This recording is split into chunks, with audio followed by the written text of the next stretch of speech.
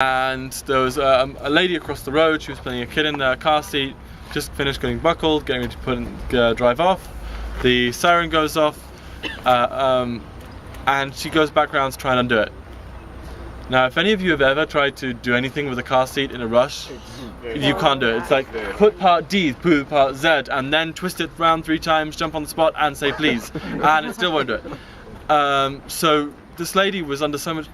Obviously, she's under so much pressure. If the rocket lands near the car or on her car, it kills her, it kills her baby, you know. So what we ended up doing was there was a guy from the other side. He came across and he had a penknife with him because he was working on the building site, and we just cut her seatbelt and lifted the seat out, literally just lifted the whole thing out and just ran into the bomb shelter.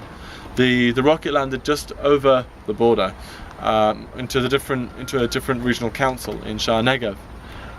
Which is literally sort of just at the end of where I live. Sort of, you know, you walk 5 minutes and you're in the different regional council. But that was very scary, sort of thinking that, okay, for me it's a bit like, bomb shelter, run. For her, this poor woman, it must be completely terrifying. And like I said, I know many different parents who refuse to get in the car by themselves or just refuse to drive now because they're too scared that if they get in the car and the siren goes off, they're going to have to choose between their, I don't know, 1-year-old son and their 2-year-old daughter of who to save, of who to grab and run with first. Is that you going like that, or is that a question? No. Okay. No question. My boss Noam went to kindergarten a while ago in a kibbutz called Saad, which is that away.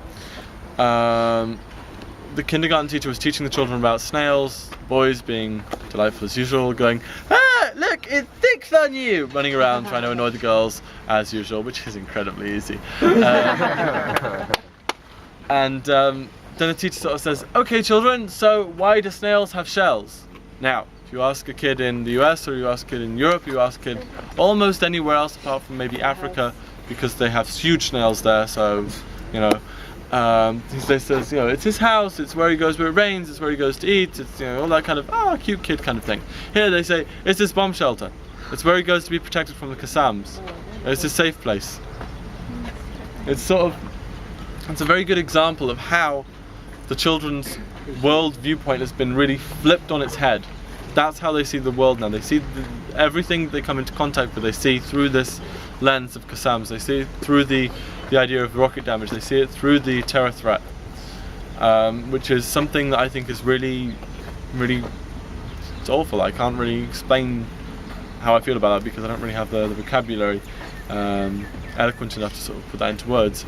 According to a report by Ynet, like I said, up to 94% of the children in Sderot exhibit symptoms or suffer from post-traumatic stress disorder. I've spoken to an army psychiatrist off the record, which is why I won't be giving you his name to check this.